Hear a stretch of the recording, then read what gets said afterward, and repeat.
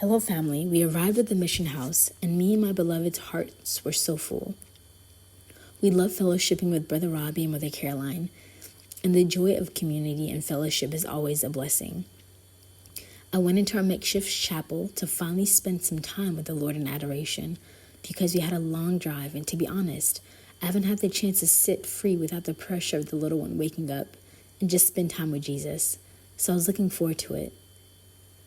I picked up the St. Faustina book, and this was the reading I got. I was walking the garden in the evening. I heard these words: "By your entreaties, you and your companions shall obtain mercy for yourselves and for the world." I understood that I would not remain in the congregation in which I'm at the present time. God's will regarding me was otherwise, but I kept making excuses before God, telling him that I wasn't able to carry out his task. "Jesus, you know very well what I am," I said. I started enumerating my weaknesses to the Lord, hiding behind them so that he would agree that I wasn't able to carry out his plans. Then I heard these words: "Do not fear. I myself will make up for everything that is lacking in you." But these words penetrated me to the depths and made me very more aware of my misery, and I understood the word of the Lord is living and that it penetrates to the very depths. I understood that God demands a more perfect way of life for me. However, I kept using my incompetence as an excuse. I saw the Lord on a threshold as he represented in the image, and he said to me, "I desire that there be such a congregation." I kept repeating to the Lord, "I'm unable to carry out your plans, O Lord." But strangely enough, Jesus paid no attention to my appeals, but gave me to see and understand how pleasing this work was to him. He took no account of my weakness, but gave me to know how many difficulties I must overcome. He said to me that he desired that such a congregation be founded as soon as possible, and you shall live in it together with your companions. My spirit shall be the rule of your life. Your life is to be modeled on mine, from the crib to my death on the cross. And that was Rhema. I thought to myself, wow, but if that's not clear enough, being the first time to sleep over at the mission house, the house where the community is to begin.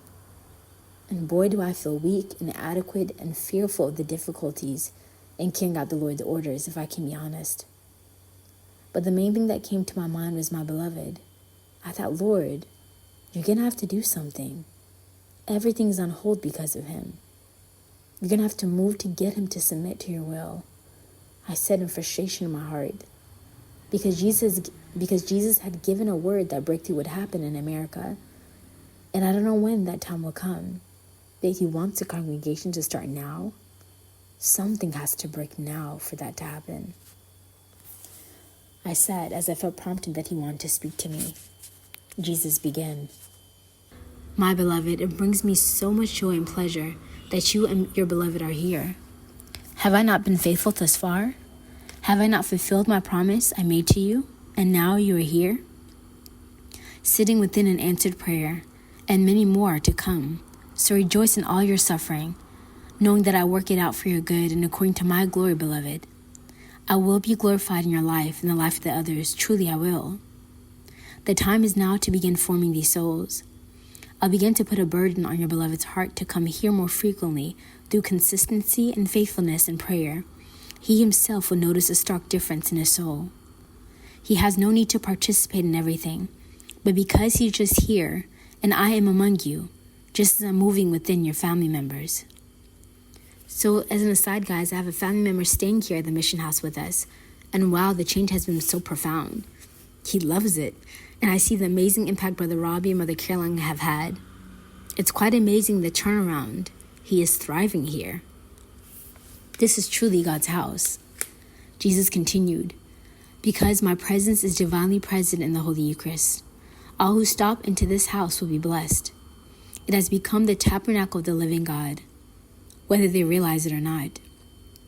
I'm involved in everything, and nothing happens without my involvement here at this house. It will be truly known as a house of prayer, a house of deliverance, and a house of testimony. It is good to sit and have protocol and guidelines of the precious two souls chosen by me, because many more will come now.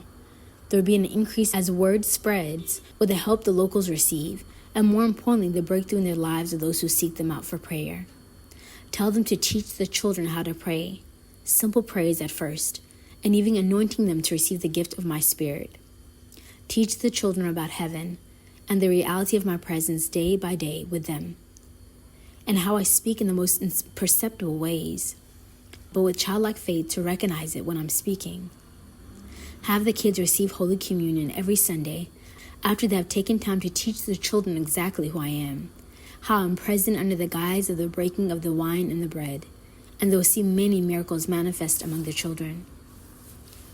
And it is also time to take their vows.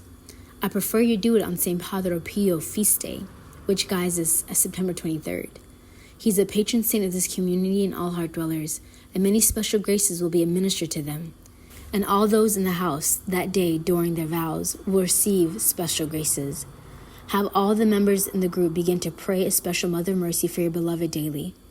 It is by his correspondence that this congregation and this mission will thrive. I know you have been despondent concerning the word I gave you, that it's in America the greatest breakthrough will happen. But beloved, I'm doing something new, and I can change direction if necessary. Do not be sad anymore, because the prayers of the faithful and the heart and passion, especially these two souls in this house, who have taken on your beloved and their Father's burden in a special way, I will enter your prayers, and you all will see many things broken off. Permanent breakthrough sincerely by the end of the year, if you're faithful to seek my mother out and pray for your beloved and all the souls in the group to pray for their father. That is why I gave you the reading about the wedding of Cana. John 2:1-5. And the third day there was a wedding at Cana in Galilee, and the mother of Jesus was there. Jesus also was invited to the wedding with his disciples. When the wine ran out, the mother of Jesus said to him, "They have no wine." And Jesus said to her, "Woman, what does this have to do with me? My hour has not yet come." His mother said to the servants, "Do whatever he tells you." In verse 11, this is the first of his miraculous signs Jesus did at Cana in Galilee, and manifested his glory, and his disciples believed in him. And I just jumped to verse 11 because we all know is when Jesus turned the water into wine, because of Blessed Mother's request. Wow. You have unfortunately neglected the power of my mother's intercession, but she has not forgotten you.